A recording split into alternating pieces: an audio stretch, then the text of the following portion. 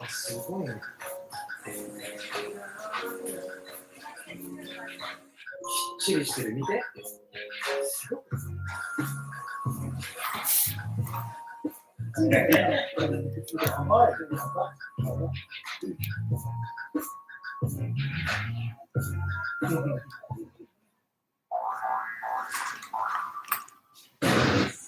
はい、ということで、到着しました。ここフィリピン最古の部族の村になんと日本人が住んでるわけです。さあ、行きましょう。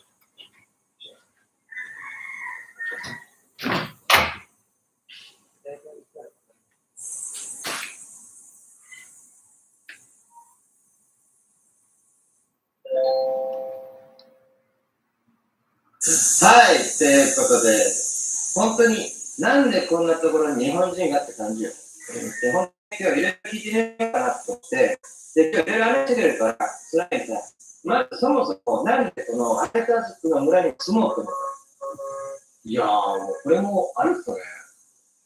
別に相方がいいから住んだっていうわけじゃないですけど、もともとなんかこういう古い暮らしが好きで、もともと互いたいので、一人で山の中に住んでたんですよ。見て、はい。で、まあ、そこをちょっと追い出されちゃって、まあ、家族のおばあちゃんが住むから、ちょっと出てほしいって言われて、で、休業半年、5ヶ月ぐらい住んだんですけど、まあ、ちょっと出ることがあって、まあ、そこは家探したりとか、いろいろしてたんですけど、で、結局こっちに、まあ、ジャピノリと、コラボさせてもらった時に、まあ、こっちに来て、まあ、ちょっと撮影してる週にですね、だからまあ、空いた時撮ってたじゃないですか、リッキーだって、ジャピノリが。ちょいちょい出てくる。そうですね、ちょいちょい出してます。それで僕がポロって言ったんですよ。空いた時、言おうかな、みたいな。で、ポロって出た言葉が、まあ、リッキーのXぐらいだったんですよ。あ、それ、じゃあ、相撲みたいな感じがあって、で、2日後、その次の日に、マリが帰って、支度して、またもう、2日で、こっちに住み始める。それでまあ住んだ。特に入っちゃうどうのこっていうわけではなかった。いや、もうちょっと相手の良さを出して、もともと僕こういうの。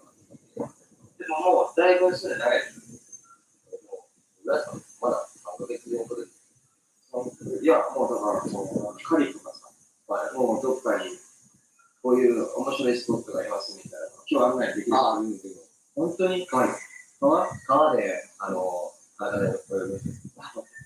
あれは、前ちょこっと、それこそ、ジャケの動画で見たんだけど、竹で、ご飯作ったり、作りましょう。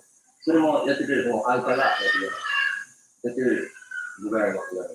いや、相手のが、相手が嫌だらダメだ。僕自分自身です。だから命令したいですね。相手で、作りますよ、僕も作るんですけど、やっぱ相手の人たちが作ったやつの方が、すごいですね。やっぱいいじゃないですか。でしょ？もう一番新参者なのに、一番相手に命令してる人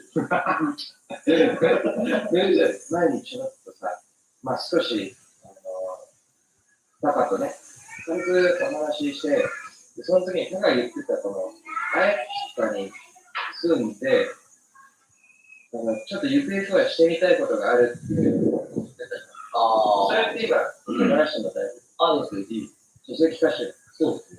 まあ一応なんかこうやってここに、まあ、僕も住ましてもらってるんですけど、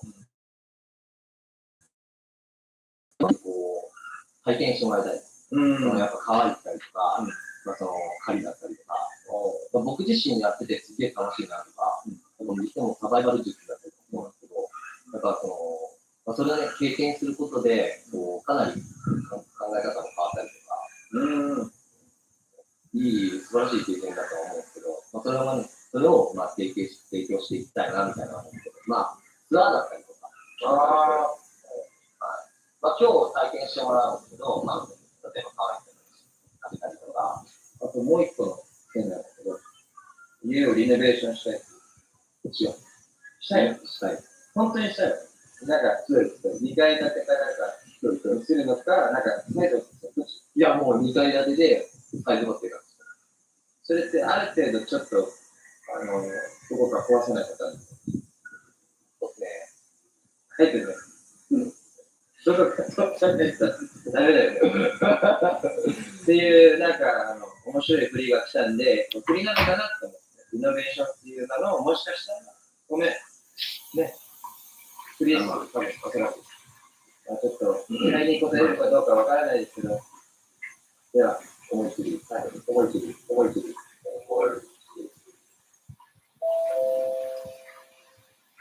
イノベーション。あ、お願いします。そうですよ。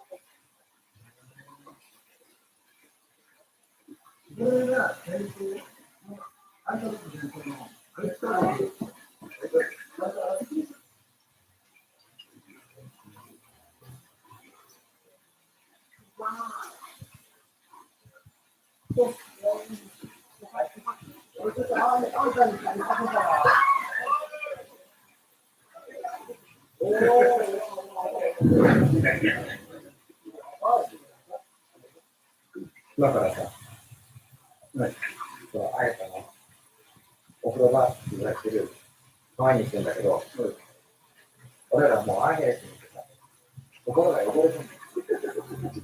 で、道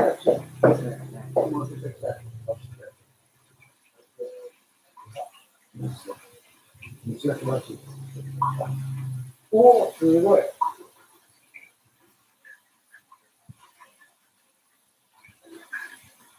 すごい。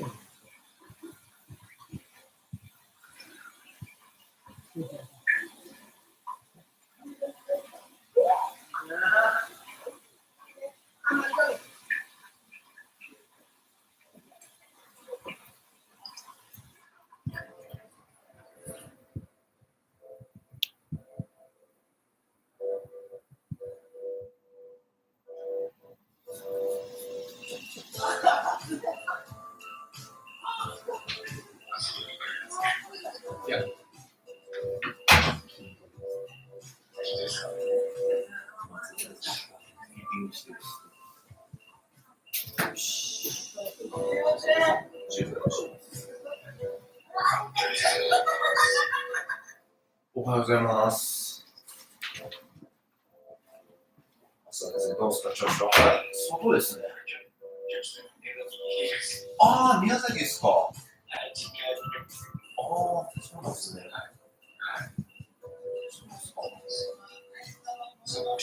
ああ、なんか、すごいっすよ、なんかあったんですか、宮崎。竹のコップ、竹コップ。ハードイドラムのめっちゃいい。はいはいはい。でさ、お酒にはつまみが必要でしょ。これ、皆さん何て言うか知ってますか？そうなんですけど、めちゃくちゃ美味しい。ああ。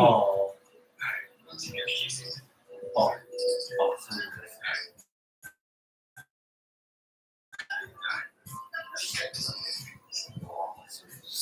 です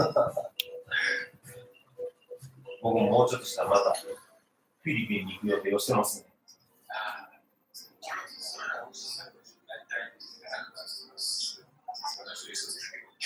いやもう専門家の方が今ちょうど僕の顧客で来てますけど、もう絶対増えるって言ってましたね。もう客観的に言ったら絶対増えることしかないと思いますよって言ってて。いや生活できるよ、普通に。ここにこう電気が通ったりするんだから。いや、もうだから、あれですよね。だからもう、結局、僕らのところも相当難儀なことになってますけど、まあ、経済が持たんじゃないですか。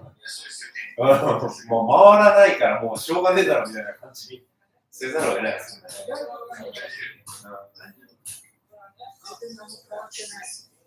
本当にね、地方はね、マジやばいっすね。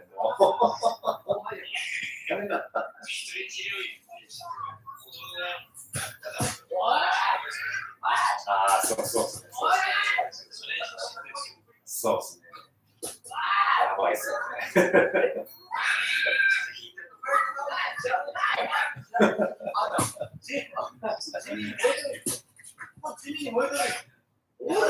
いや、なかなか今日ではちょっと筋トレの準備します。です。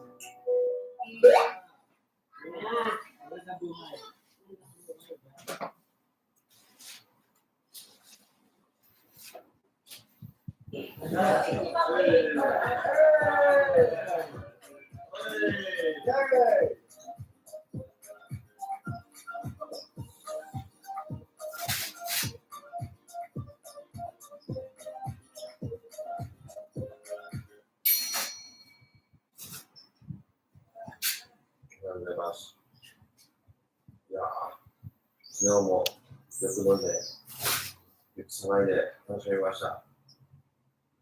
このアイドルの方たちのノリの良さもね、よかったなと思って。はい。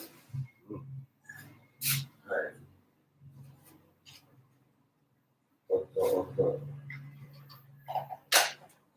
それからも元気。あんちゃんは早速、コーヒー作ってますね、あんちゃん。わかるけど。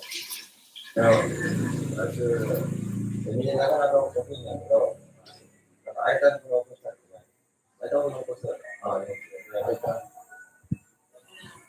今から相手の残し方をやってくれるっていうんで。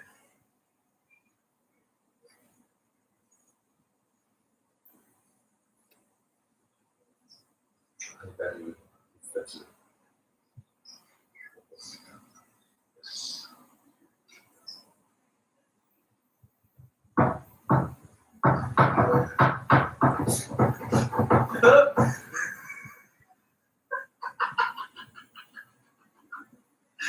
おはよう。相手流の起こし方らしいからね。はい。おはよう。じゃあ。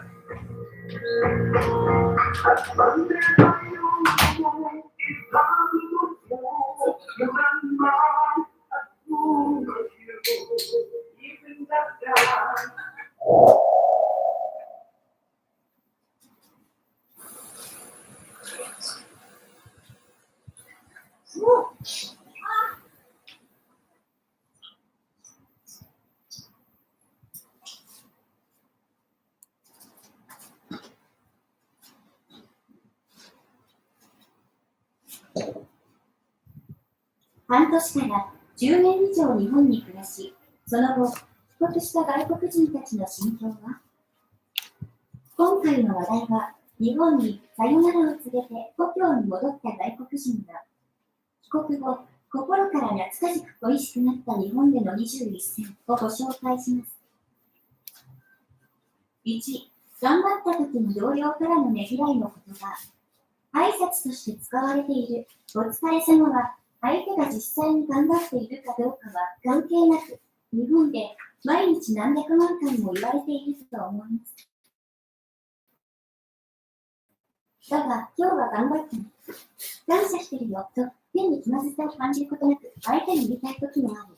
この言葉を英語で、それはできないが、お疲れ様ならそれが伝えられるし、帰国した人が失ってしまったと感じるフレーズです。2、おしぼり。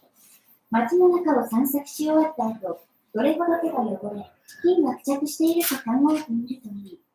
エスカレーターの手すり口で現金を扱い、電車のつり革にしがみつき、隠れて鼻をこじったりするのはあまりいいことではないです。ですが、日本ではほとんどの食堂やカフェレストラン、居酒屋などで席に座った瞬間やトイレから帰ってくると、手を拭くための湿ったタオルを渡してもらいます。母国でおしぼりについて話したら、多くのお父さんはおいくつですか？故郷でおしぼりがないことを嘆いていました。 62。来年全然若い。州の夏の日には習慣になった人もいます。3、チップ不要。でも、最高級のサービスが、店員の時給が800から1000円くらいの店でも、日本のレストランでは、ちょっとした有名人のような待遇を受ける。レジで支払いを待つあなたを目にしたとき、ちなみに、サービスに何か問題がある場合は、あ丁重な言葉遣いで頭を下げ、街を。大速で走ってくる。実際にダッシュしてくるのが、最高級のプレートサービスにもかかわらず、1円のチップを取られないのは紛れもなく最高だ。逆から余分なものを期待することなく、店員たちは献身的に自分の仕事をする。チップが義務付けられている。スタッフ、お父さんのところの従業員さんっていうか、スタッフさんって何人ぐらいいるんですか？はい、お疲れ様です。私のお話をしますと、ちょっと小声ですけれども、というのは今、ジョリーさんかな、不動産デベロッパーの説明者で、なんとかそういうチューバーみたいな、説明者ってますよね。ジョリビーって知ってますよね。ジョリビーの傘下にある不動産デベロッパー、ダブルドラさんも一緒にやってます。ロビー。こんなやばい状態です。なのでですね、僕、そのダブルドラの本社の会にちょっと出てもいいと思いますので、これからちょっと会議室にやらせてもらうんですけども、すごい。今、中でちょっとミーティングが行われています。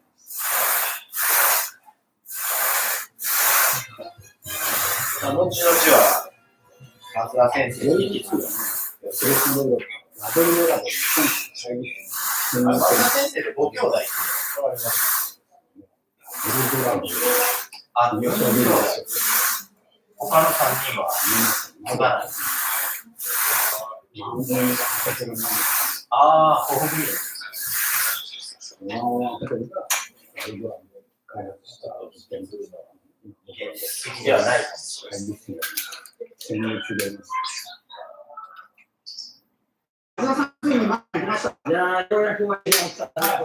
僕たちがいるのは、葛西市のダブルドラゴン本社。はい、もともとジョリビーっていうファーストフードの王様の会社が不動産業に進出するっていうことで作った会社になります。できたのは最近なんですけれども、その中でもフィリピンでトップ10社に入るような大きな会社になっています。で、セグランで中行ってみましょう。ダブルドラゴンプロパティコー。ワンオンワンホテルっていうのを今メインに販売している会社になります。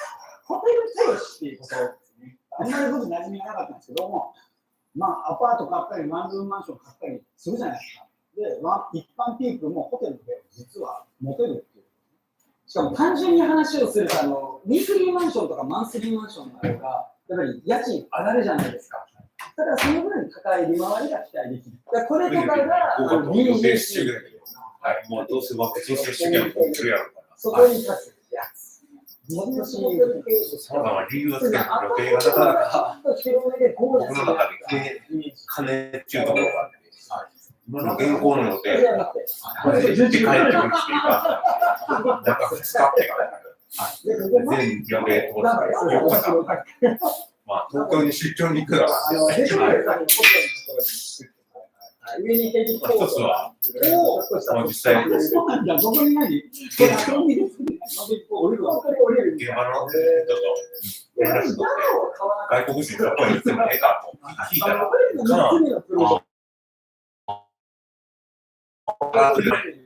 う何の規制もないと、もうウェルカムやと。そこがモデル、プロジェクトのフリーとして動画とか次こういうのやりますよ。フリーそこはやる理由があるんです。他に何の理由があるんですけど、他に何かこう、絵にしとったらええことが、例えば、よりチャンネルでとか、チャンネルでとか、ジャパニーズチャンネルでとか、こういう着したらすごくいいんじゃないですかっていうのって、なんかありますか？あるんです。それにつながるやつね。いろいろ考えたけど、普通にジャパニーズチャンネルはもう、ね、向こうに行ってレストランでリアクション動画撮るしかないやんか。誰かがほら、どのチャンネルでもだからチャンネルがいっぱいあって複雑で、YMC のチャンネルだと、ジャパニーズシーチャンネル、夜するお客さんが違う。ジャパニーズ州チャンネルとしてのフィリピンにいる人とコラボ。もちろん、フォートっていう物件の最初にファーストページを使って、その後、経由中、日本人ですけど、それで300万ぐらい。でも、ジャパニーズ州チャンネルのターゲットはフィリピン。フィリピンの人たちが、あんまりあれですよね、その時に情報キャッチして、買っちゃうと、なんでしょうね。見るチャンネルの人。それだけでも分かるんですよ。数年間。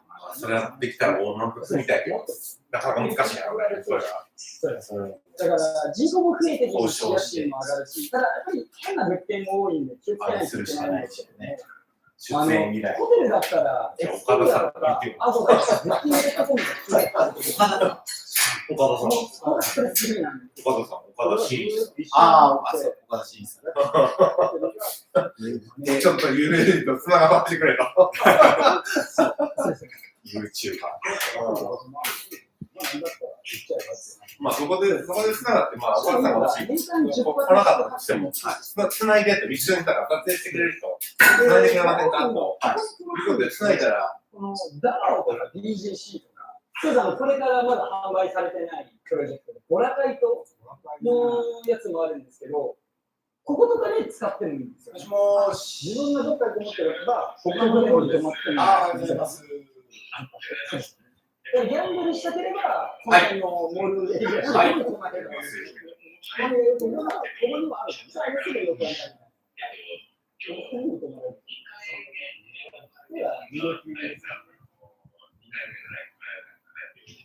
はい。値段とか、期待してるとして、一応この物件になると、525万ペソ。1200万ぐらい。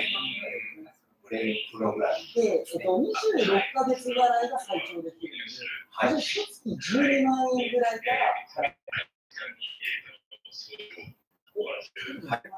12万払っていって、最後に800万を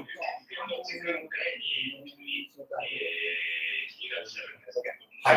一応、利回りとしては、ダブルバーボン社の発表だと、想定利回りが、また、こちらに稼働すると、一応 9.6% って言ってるんですけど、大体、データさんもるんですね。はい。今、朝活してますよ。松田先生が朝活してますよ。はい。ちょっと接続してみて。年に利回りなんで、大体年間100万円入るのかと思っておいていただければ。はい。わかります。してますよ。はい。2000万、3000万ですね。ただ結局2000万、3000万のワンルーム日本で投資されても、実は月2000円とか利益が入ったら、実はいい投資今、日本になってしまっていて、パーセンテージ低い。去年ぐらい 2% ぐらいですね。だから、家賃もギリギリだし、苦しいんですけど、払えるんだったら、値段もこれ、ファーストフェーズなんで、多分 20% ぐらいは上がると思います。早速、まだ買っとけば面白いかなと思いますし。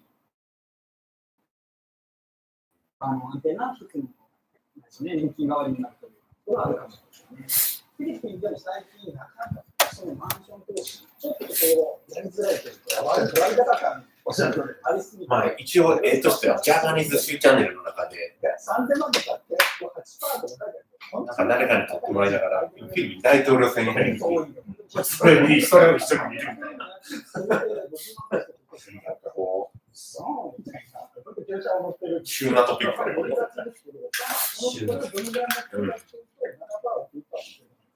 うですね。そんな雰囲気ですね。投資のプロジェクトは考えます。だから一応、1日5000ペソで、スイッチダブルドラゴンを出してるんですけど、戦闘っていうところで、マニラよりちょっと下がる。さっきまで松田先生が言ってたんですけど、 1日4サービスで計算したら、電話がかかってきて、8割株。ズームが落ちちゃったんで、株が低いの多分そのまま退出された。株が上がる。失礼な話。そういう意味で言ってたのじゃなくて、そういう数字考えた。めちゃめちゃ調べないと。変わらない。匂いでいくの。そんなことない。ちなみにこれはダブルドラゴンの中でめっちゃクレーム言ってて大問題なんです。それ見ますよ。それ一緒にされたんです。すみません。うちはね、こういう計算してるんですよ。それも大事です。はい。これは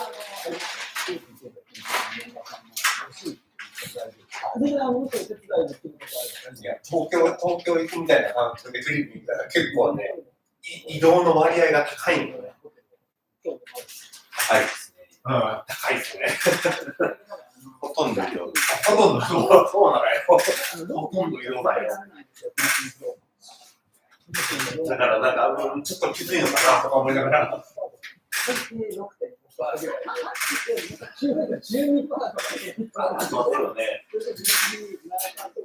ライトがね、なんか変な感じ。選ぼうとしたら、なんか選べない。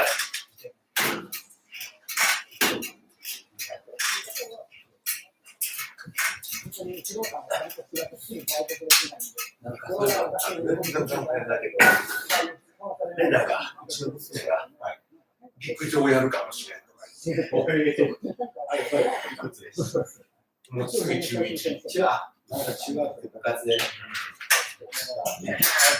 ナなんかそんな、なんかね、運動できるようなね、ないように感じ中が勝手に、僕が。でも確かによく考えたらね、お前、爆中とかしてるしね。爆中、よく考えたら運動すげえできる。すげえ、爆中するってすごいです。爆中できるのいや、なんか、本当ね、感覚的になんかね、運動できる。なんかそうな雰囲気を僕の中でなんか、感じてるんですね。爆中小6でできるってやばいですね。爆中普通にある。爆弾とか全然余裕。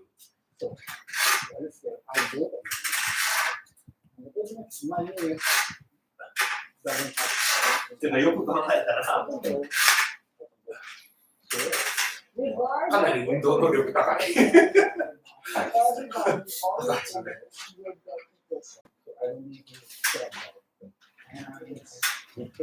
No management, anything. That will be taken care of by your 70% share. You're not gonna pay them for repairs with them.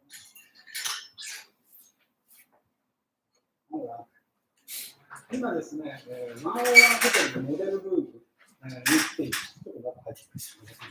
はい、行きましょう。ちょっと入ってきてもらいながら。だから、個人的に関係にしてなんか、ホテルに10万円ぐらい、世の中にあるんですよ。あんま知らないけど、見るわけじゃない。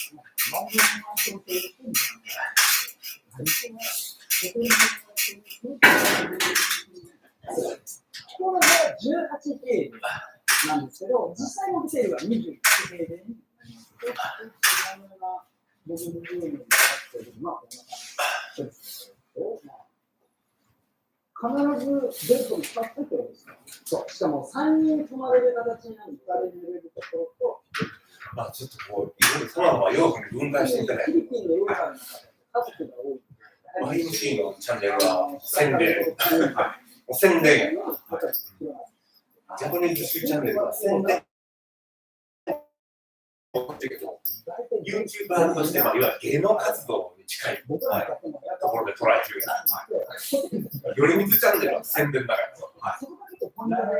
伸ばそうかどうか迷いとかなんか伸ばそうとするのと宣伝するのってかなりね、逆の方の人にいかない。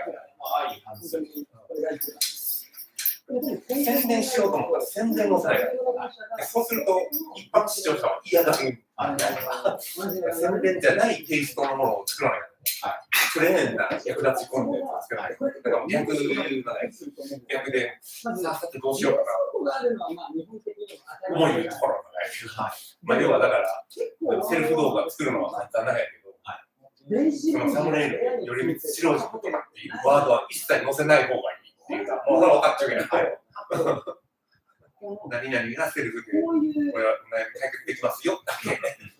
アメニティって普通キープないんですよ。いやネガティブだったり、という感じでねスクリプトの中まだまだなので、というと、これちょっと、ジャパニーズフューチャーメント芸能活動ないことが多いですね。だから、なんか、伸ばすから、これだけど、アニメを使うでも、ノルミクチャンネルどうしたらいいか、どっちも載せない。思いっきり宣伝に振っていく感じで。どうしようか。あんまりいろいろやっても厳しいね。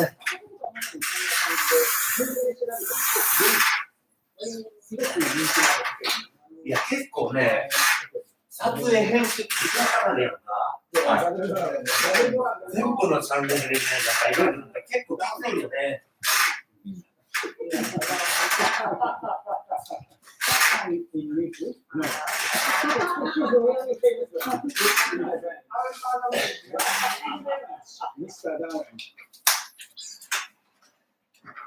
松田さんは、セミの実験をね、感じました。で、さっき下で言ってたけど、水シーンそう言われちゃいましたが、まあ、公開していいのかどうか自分で買ったからこそ、まあ、いいしかない。そうですね。で、まあ、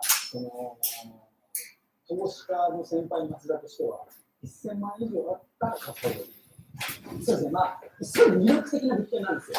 で、実際に、言われてましたけど、本当にプロフィットシェアなんで、部屋全体の3割がもらえる。で、すごく効果的で、しかも、同じなんで、僕がアキラ先輩が購入いただくと、私にもらえる賃貸と、アキラ先輩にもらえる賃貸が全部一緒なので、どうして1割ができない仕組みになっているんだ。すごいですよ。大きくまあ、部屋の部分、バーとかはバーとかはバーとかを持ってきて、ホテルの部屋から上がっているっていうのが、私は、その3割が我々だから、村田さんのところに使っていたこのやり方がなかった人が1万円まで思ってゼロで、だから2000円です。それが面白い。すごい方法考えた。あと、さっき言ってたんですけど、ポイントがグロスに対して結婚相談所の運営。ネットっていう、バックエンドはモテモテプログラム。高い給料もらって、いつも行かないの小さくできちゃうんですか。グロスに対してグロスにことか、グロスことかじゃなくて、だから、レコーディングします。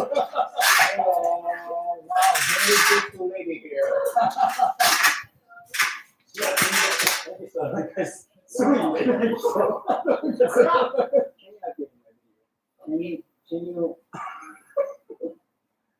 はい。大変美しいんで。なんか本当に投資担当役員でめっちゃ綺麗だね。アナさんです。素晴らしいビジネス。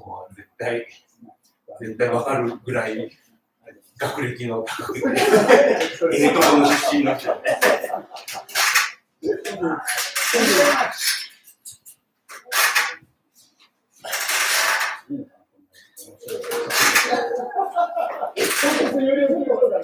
話を戻すと、簡単精査に言いますと、グロスのそのホテルの部屋分の売り上げ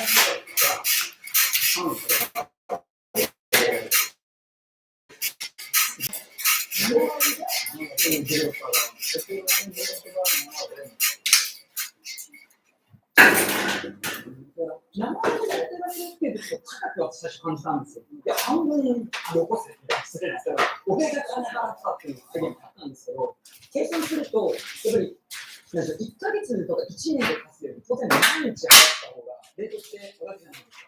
いくと、少なくとも7%ぐらいで、ざっと考えると、4000ぐらいの設定必要かなと思って、はい。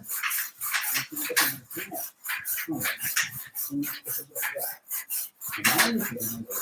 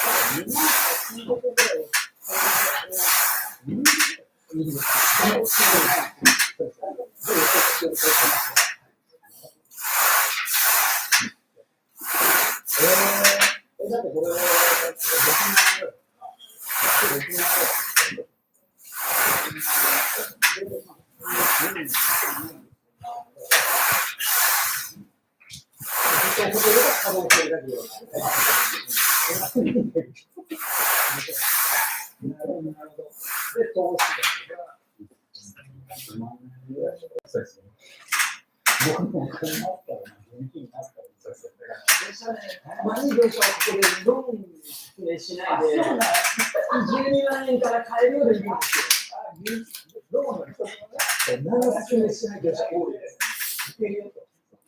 急に買っちゃってくださいってそう言って、ローン引けずに払えなくなっちゃうケースとか、払った後に、あれとか、右よりも出が大きいじゃんで、負担になっちゃうこととかもいるんで、年利金パートナーがそうですね。そういう悪い業者がいるんで。Some people tell the Japanese clients about like a different field or like they convincing the project goes up so or something. Basically, they can speak English a little like so that's why they always depend on the Japanese brokers. But sometimes they are really not telling the truth. Basically, I bought first. You know, I actually had only 3 units. 先日の言ってた僕はなぜか言ったみたいに、まあ見ますよね。フィリピン投資とかに関しては、どうかもっとその業者っていうのは散々僕に言えないんですよ。いいぐらい打つば、それから成長性とか、どのぐらいの頑張ってるのかについても時間に行くんだっていうのを、例えば僕なんかそれもミーティング終わったら、いや、してはするんですけども、カバンがそれは来る。マップが熊本になっちゃう。そんなことあるそんなことあるって思って、そんなことあるし、僕はって普通の人が普通にお金の発生がオーバーで、こんなことがしたいです。僕こんなもの売りたいです、買いたいです。そっちのしたいだけなんですよ。それだけを売りたいです。爪のやつ、爪のライトを、不動産においていくと、この照明使おうかな。信じて、だったらうまく爪のライト、爪施術。このトレーニングライブがさ、めちゃめちゃこのライトになってメインコンテンツになるとかっていう可能性が低いなって感じてしまっていて。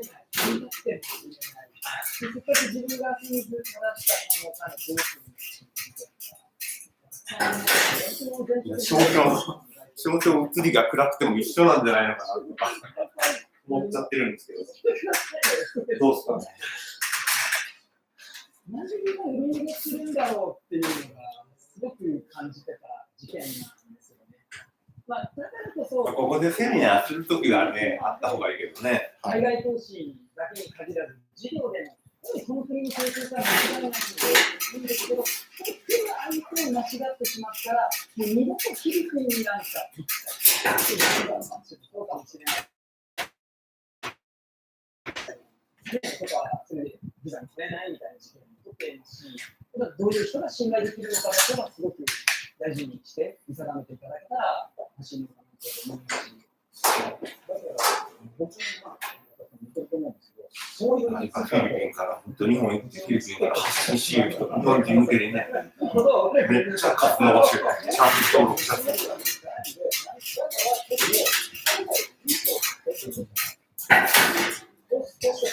今の時期一致したら伸ばせるんですよ、日本人向けにね。まだね、まだあれやん。生きにくいっていう。はい。日本人向けにやってないし。だいぶ安心だと思います。もう一つあと、フィリピンの不動産であるのが、やっぱり買ってみたけど、着付けができない。ただ家賃が発生しない。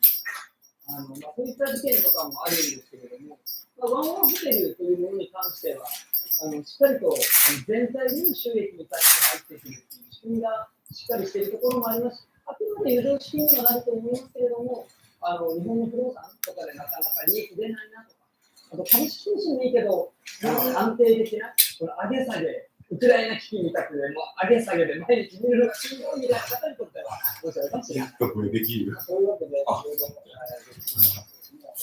これ2回目の巻き爪10度アップしたらもう増えてきた。これ4人ぐらい増えた。これが数え増えてきたら影響力がもっと出てくる。僕の手は多分当てにならないと思うんですけども、そういうので立ち上げるような、そうね、重症な人の動画面白いですね。まあ、フィリピンマニアのレース周辺散策は、このプッシュして見させようとし、脱毛コンテンツよりはるかに見せられて、こっちは何にもプッシュしてないのに53。こっちはプッシュしてるの19。しかも2回も。みんなで楽しく飲みながら、ジャンプして、誰が見てんだろうと思うけど。誰が見てるんでしょう。誰が見てんやろね。じゃあ、テレビでお会いしましょ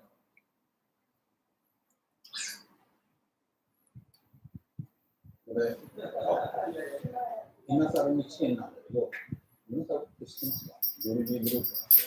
ジャパンジョルジー会社のご飯をいただいております。ジャパンが半分だね。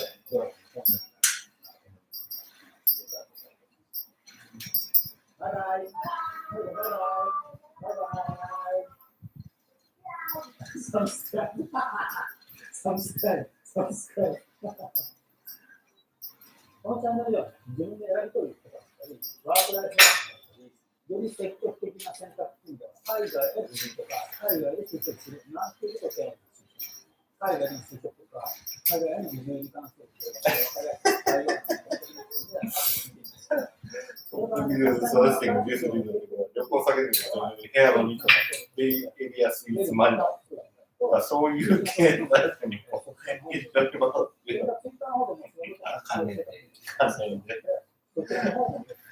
関連動画でその他見つけて、サムネにつられてクリックした。そうだ、散策ってか一部ね、まあ、マロケやと思ってクリックしたんやね。おもろいね。これウェイト増やしてもいい？はい。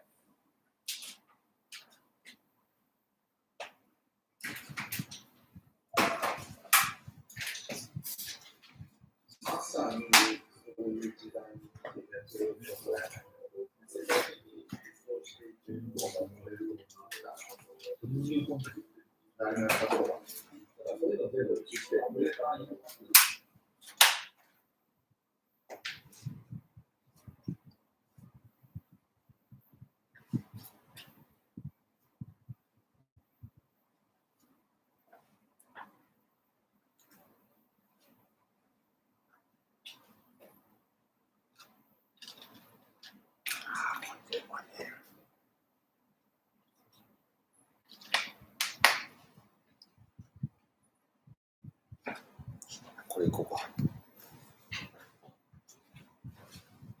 はい、これいつもプールサイドを上から見たところなんです。ね、いやー、今までこのプールサイドでいろんな方と対談をしてきました。本日はどんな方がいらっしゃるんでしょうか。はい、中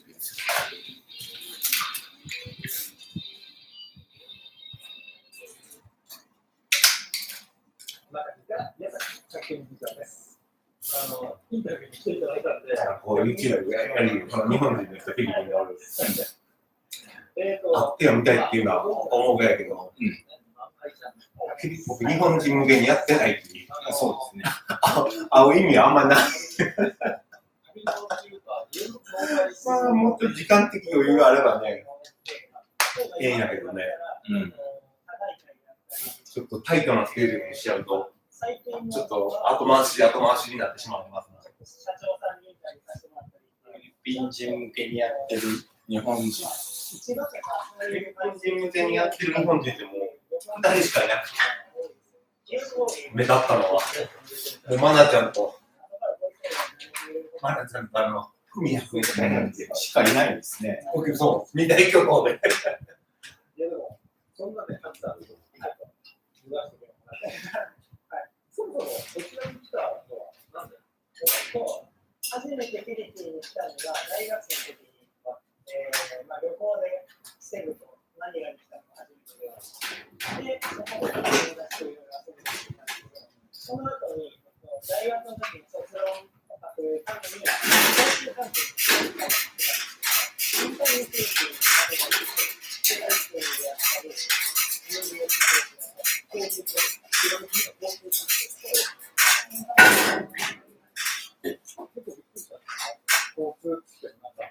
日本みたいにね、時間もしっかりしてないし、急に行っちゃったら急にね、出てきたりする。電車も日本だったら、駅から時間通り、時間通りするんですけど、フィリピンは違うんですけど、その違いもあったり、面白かったですよ。そうだね。まあ、日本だけで言ったら特別なんでしょうけどね。そうですよね。で、その交通の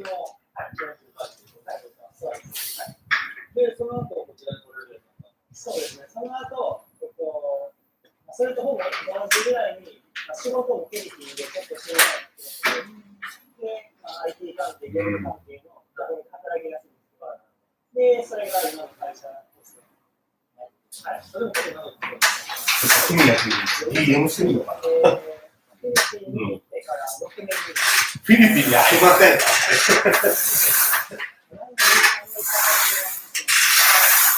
周りが英語話せる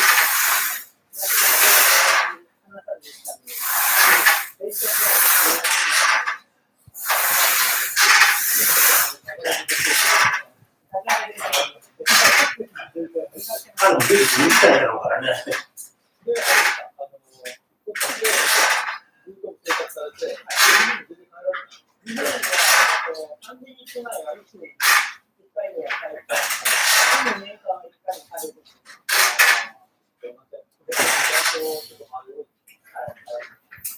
もう行ってんのかな、はい。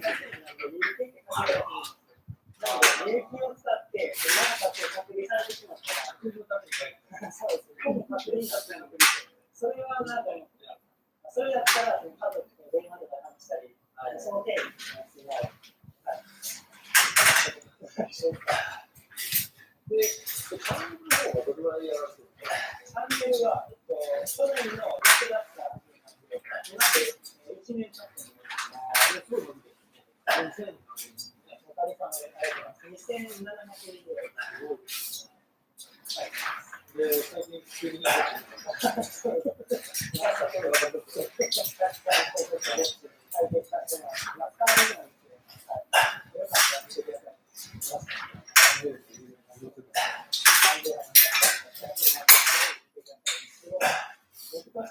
アンヘレス、バンブーハイタジさんとかも会ってみたいんやけどね。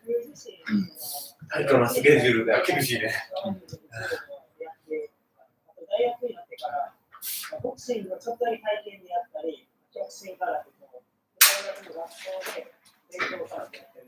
ずっとスポーツやってきたので、勝ちな人やらせてもらいました。できれば有名なフィリピンの方と一緒にコラボするね。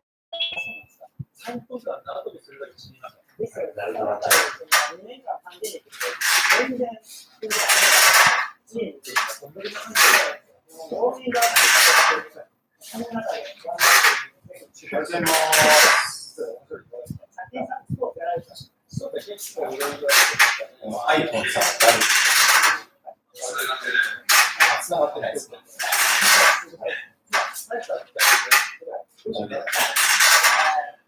この影響が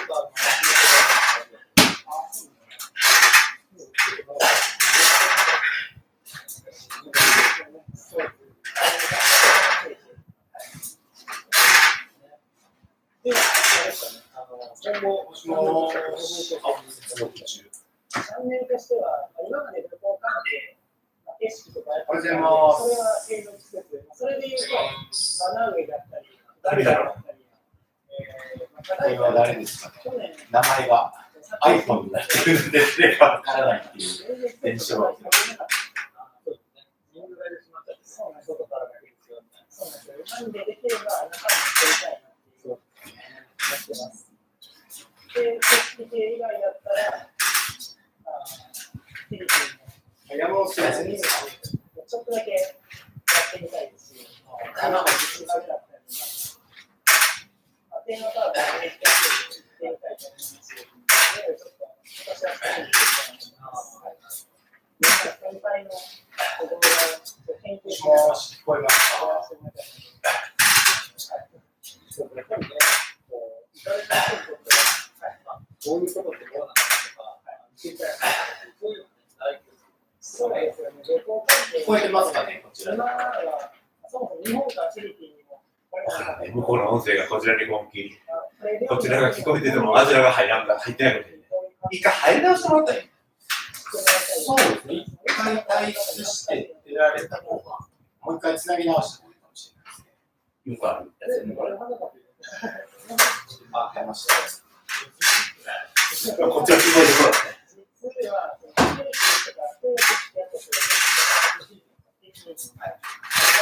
何ヶ月か前に、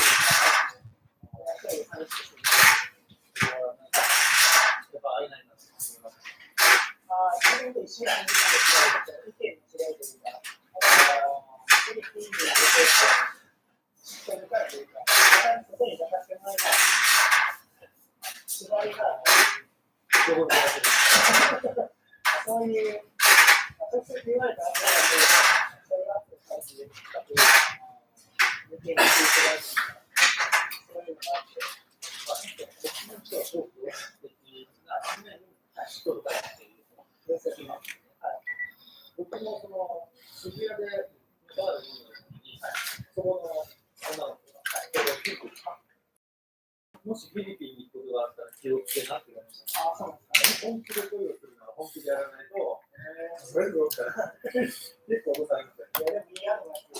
まとめた。そうなんです。はい。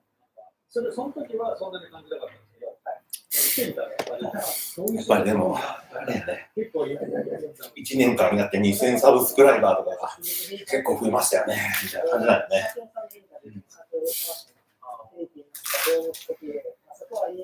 なかなか厳しい戦いで。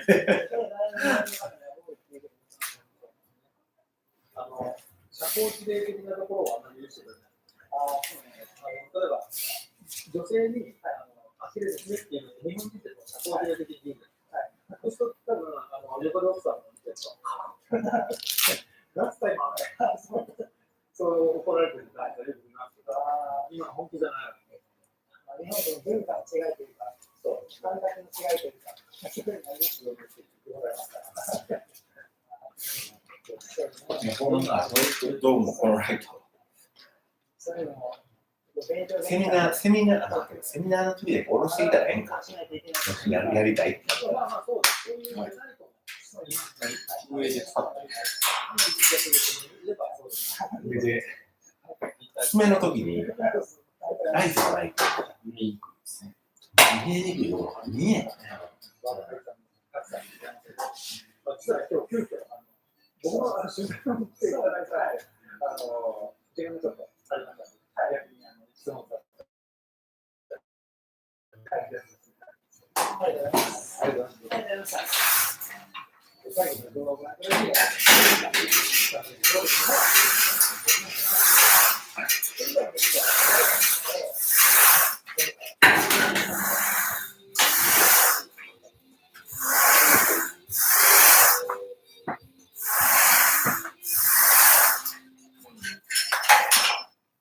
できたらセブーにもね、行きたいっていうのはあるけどね。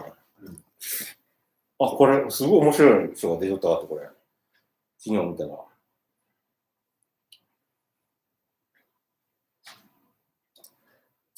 作権理事長のチャンネル。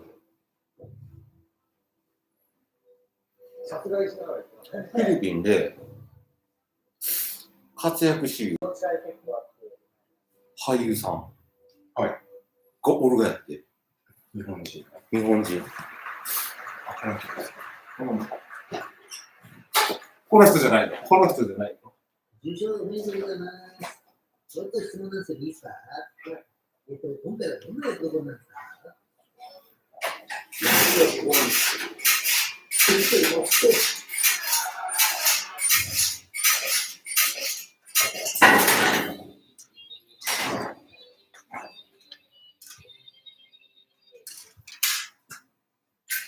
またというか、岩坂社研議長です。はい、今回はですね、パンデミックもようやく落ち着きを見せ始めまして、経済成長が晩年落ち着き始めたってんでさ、経済成長というのをテーマに先生たちはさ、みんなこんなこと言ってさ、大統領選があるからさ、それで姿勢をさ、強くしたら、大統領のアピール合戦できんやんか。はい。だから規制がいる、だから規制がいるんだったような感じしてんじゃないかって。それはそうか。よろしくお願いします。日本がやりたいな、だから、実はめっちゃずっと言うかもしれんけど、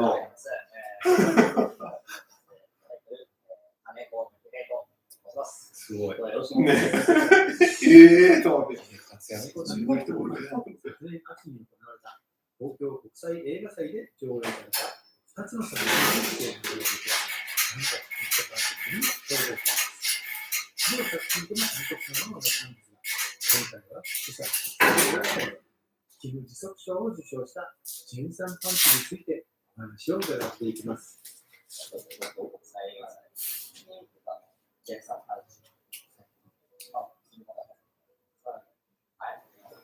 どんな感じのあれじゃない興味深い。興味深い。ちょっとざっくりあらすじでちょっと説明させていただくと、土山直文さんいらっしゃる実在されている方で、その方が幼少期にギリギリ存在化したちょっと失って、うつ伏せがして方が、ボクシングをやり始めて、プロライズをっていう話なんですが、ちょっと日本だと、基礎級だと、プロライズだと、で、じゃあどうしたのかということで、ケーキにどれだけ聞いて、実際にその土山さんに当たって、プロライズを取るっていう、そのストーリー、説明を映画化した。フィリピンで、すごい深いですね。パイロットのライセンスを、フライトパイロットのライセンスを取りたいっていう人は、まあ、昔もおったけど、プライベーターのことを言うこともプロパイロットのライセンスをね、700万ほどで取れるらしい。そうですか。動きとか大変しかも多分日本と違って、かなり年齢制限なしや。僕も今からプロパイロットになろうと思ったら。噂によると英語力がやはり要求されるやん。多分それもうすでにクリア済みっていう感じで。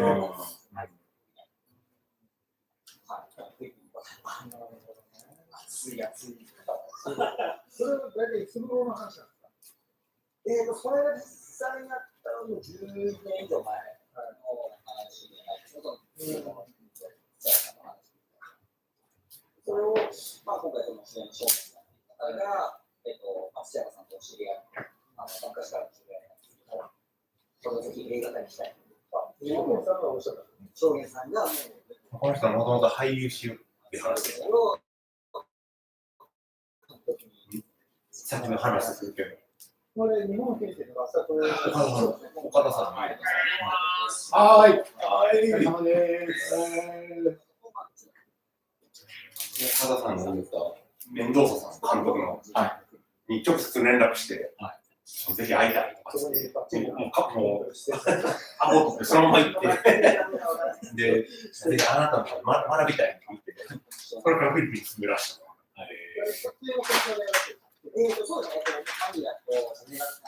そんな感じで、メンドーサさん会ってくれたら、僕も会ってもくれんかなと思って。その映画の撮影の日っていうのはまだ日本で活動されてたんですか？いや、ですね、それが、今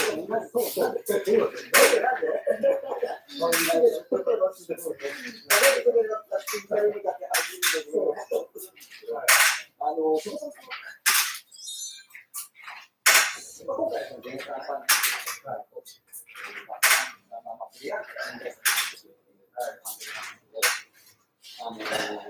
自分やり始めて、最初の目標、最終夢は作ったけどね、カンヌのレッドガーベターみたいに。で、もちろん、だからカンヌ国際映画祭の毎年の当日賞作品は先のある時、なんだかって言い方しても、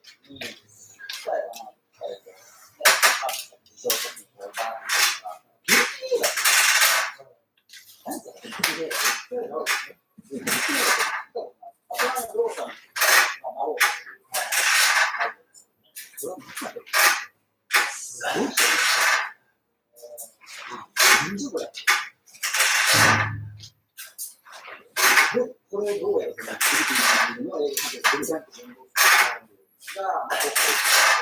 ちょっと終わってないもう2年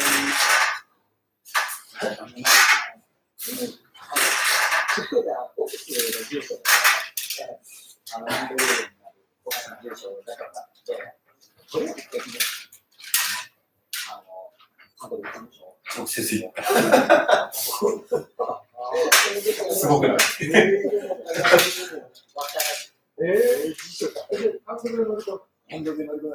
これすごい。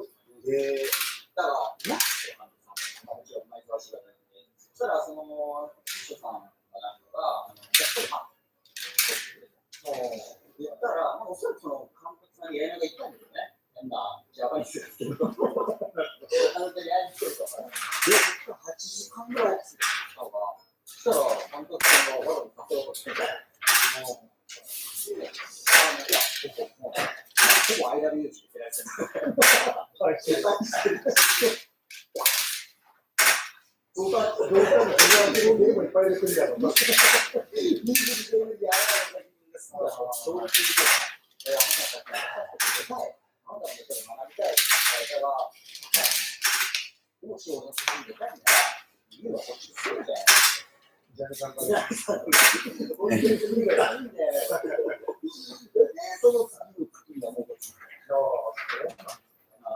行動力すごいですね。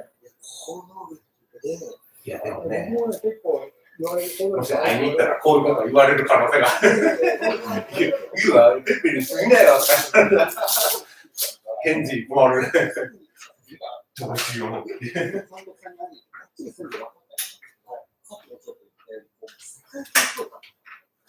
数々の犯人をはじめ、映画祭で実施されている、本当にそうだった。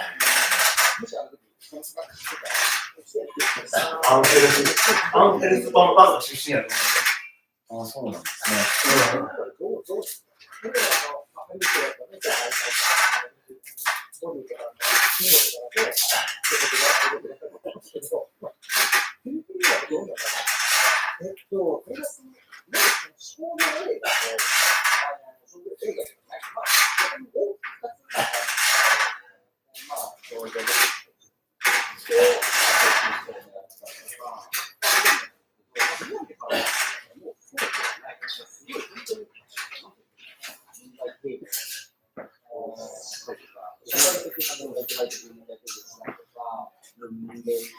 ここに本当の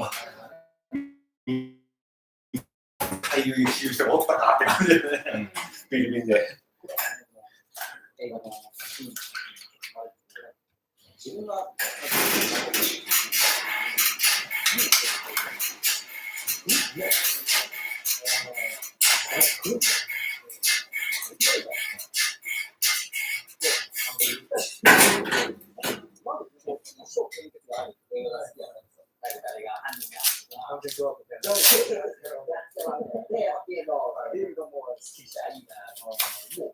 この映画を見たら、何これなんだろうで、これも後々分かって、自分も撮影に参加しなかったんですけど、下向きね、チャレンジさん台本がなくて、脚本ないんですか？脚本、一応ストーリーは、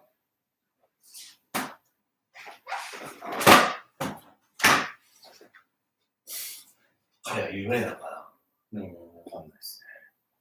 多分この作権さんもマニラに住みゆき、はい。おそらくこの人もマニラに住んでると思う。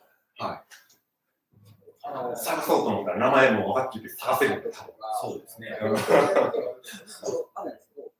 台本がないんですよ。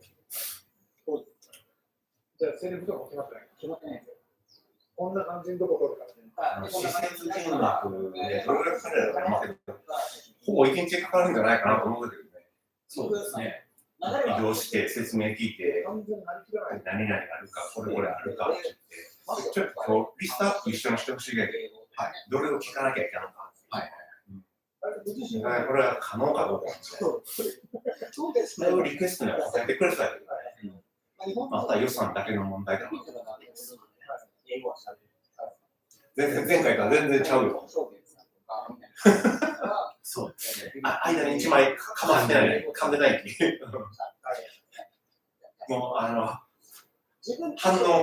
ね、こうメールの反応からしたら、彼女はめちゃきっちりしてる。めちゃきっちりしたフィリピン人って感じ。もうすごいちゃんと返す。そんなに、なんていうの、1週間後とかじゃなくて、普通のタイミングぐらいで返してる。朝送ったら昼ぐらいに帰ってきてるみたいな。でも言葉の壁ってやっぱり難しいなかったです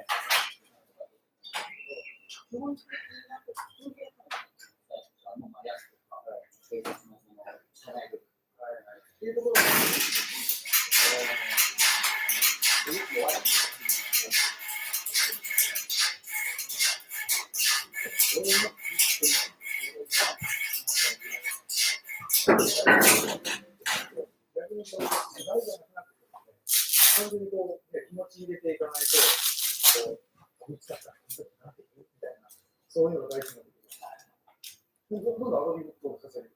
アドリブですよね。いや、すごいなと思って、なかなか大事。今回のね、今まで何回か映画とかの作品に出させていただいたけど、それが日本にはいらっしゃらなかったので、フィリピン人の方としゃべりしたりとか、動いたりとか、シーンがあるんですけど、今回は日本が進みまって、自分と日本人との会話のシーンももちろんあるんですけど、そのシーンって日本語じゃないですね。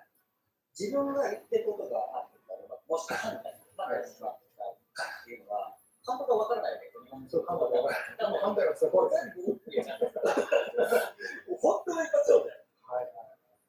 じゃあ自分次第ということですね。自分次第というのもそうですね。編集する人っていうのは、日本語分かってるんですかね。編集するときは日本の方とこう、始末してたりしてるんですけど、基本的にはもう、その場で OK、パンだからもう一回とかいうのはないわけですよ。雰囲気的に違ったら理由に関して。あ、そうですね、そうですね。全然ナチュラル。特に自分でも言われる。演じるなんて、ナチュラルと。まあ、すごいところですよね。セリフはないわ。そうナチュラルね。ちょっと今回、リフなし。全部、やらないんだって言っていただけたら、見方が変わる。でもね、本当ね、そのやり方っていうね、やるんやったらね、なんかね、お前出るかって言われるかね、言われる可能性があるよね。させていただいたんですけど、その後にですね、今年日本の国内で、あれを予期してありまして、何の僕はね、針をするんだって言って。面白いねって。ちょっとそれ、ワンシーンで疲れたから、今度出てみたって言われそう。うん。言われたら、いつもの僕のこの、お兄ちゃんなんか、それはいいかもしれないけど。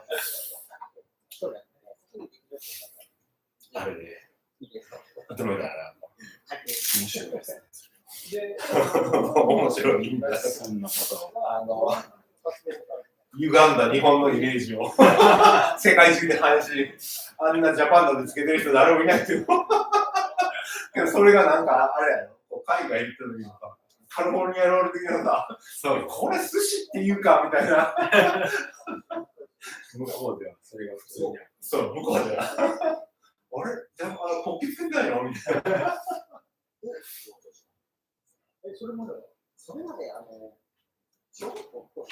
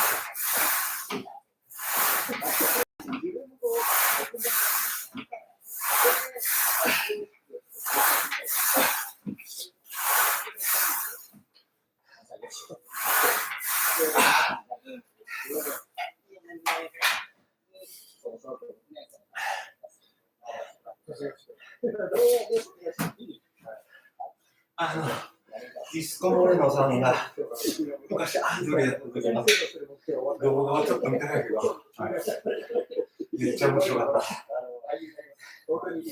まさにアイドルやった。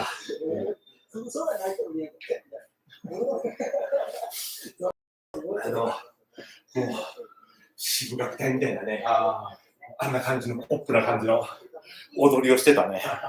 歌って踊ってってしてた。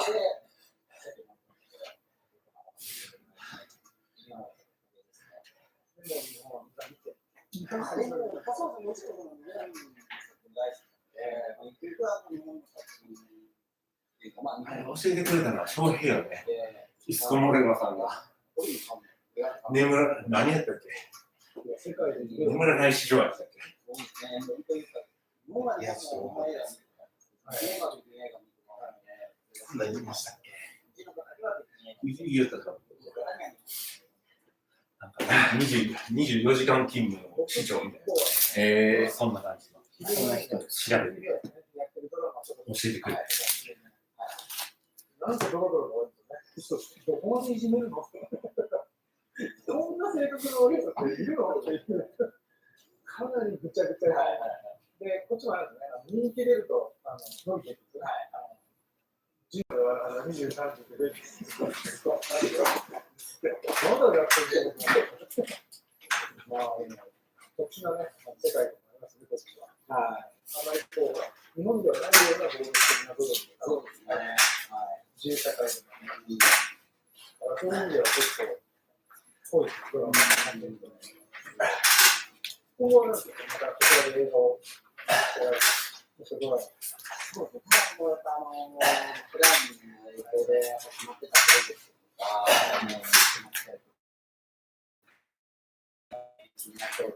もう入るそうなんだ。でもこれやっぱりもうどこなか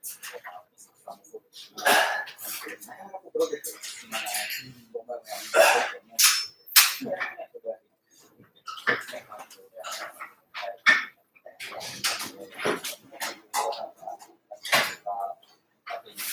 マニラ入国したらPCR 検査受けなあかんのかな。ああ、そうかもしれないですね。ねえ。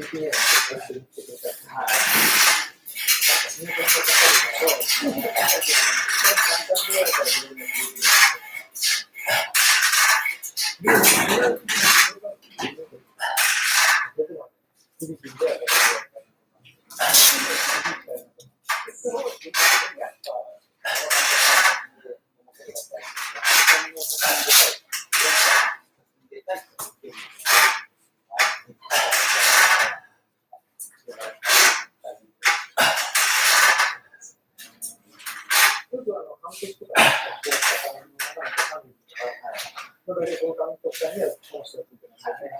大体ジャルマイルはね、はい。脇を固める人はその紙だったりするんで、これやる？そこからね、試合にやるんです。ジャルマイル一部、食事に変えてた。赤いですよ。僕なんか全然覚えてない。 3月31日に執行して、まあ、すごく飛ばす話を飛ばしていったらそうなんだけど、3月31日に、僕はフィリピンのフライトを取ろうと思って、アナのサイトから調べ始めて、フライトないなと思って、JAL のサイト、JAL だったら JAL にやったらいけるのかなと思って、JAL のサイトを調べてっていうふうにしよったら、3月31日、3月31日以降執行する前っていうので、もう毎月執行する前が3000、4000、5000みたいな。いやもうずっともう累積3000、4000、5000、3000何千とかつって、だからもう全然無理やと思って。でしかも、この瞬間にマイルをフライトに変えるか、何かに変えるかしかもう解決策がなくて、この瞬間にマイルをフライトに変えるのは結構厳しいと思って、仕方ね、これ1万ポイントずつでこれ食事使うしかないと思ってね、食事買って、これで7、8ヶ月分ぐらいは時間を猶予をいただいてと思って。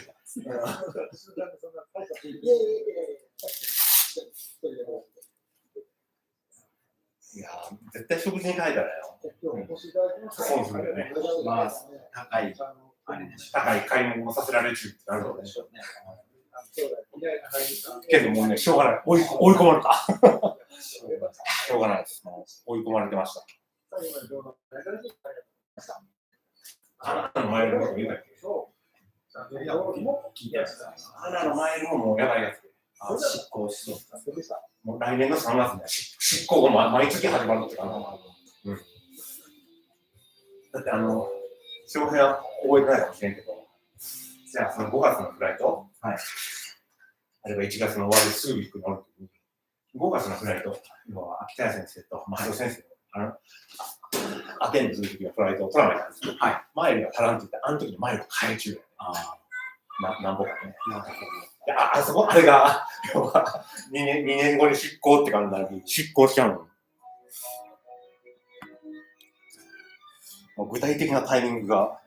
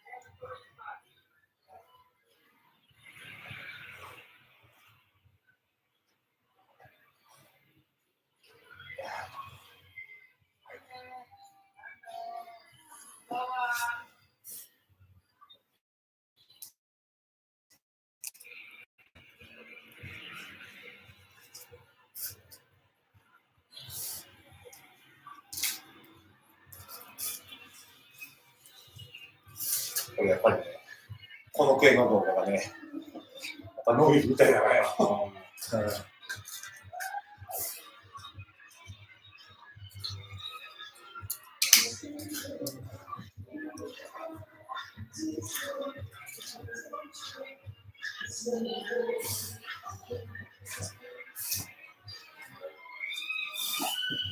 の人は顔出しせんけど、公務員しろって鬱になって、やめてセブンに移住した人。あ、そうなんです。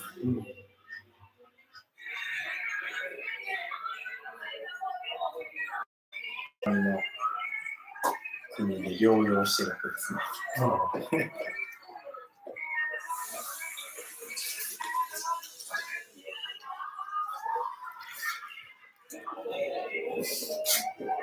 で、まあ、酒井さんもそうだよね。うん。そう言ってたもんね。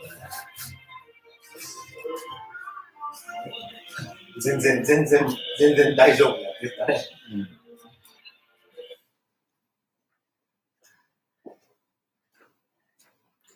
セブ行って酒井さんとか今会ってみたいんやけどね。お世話してもらったしね。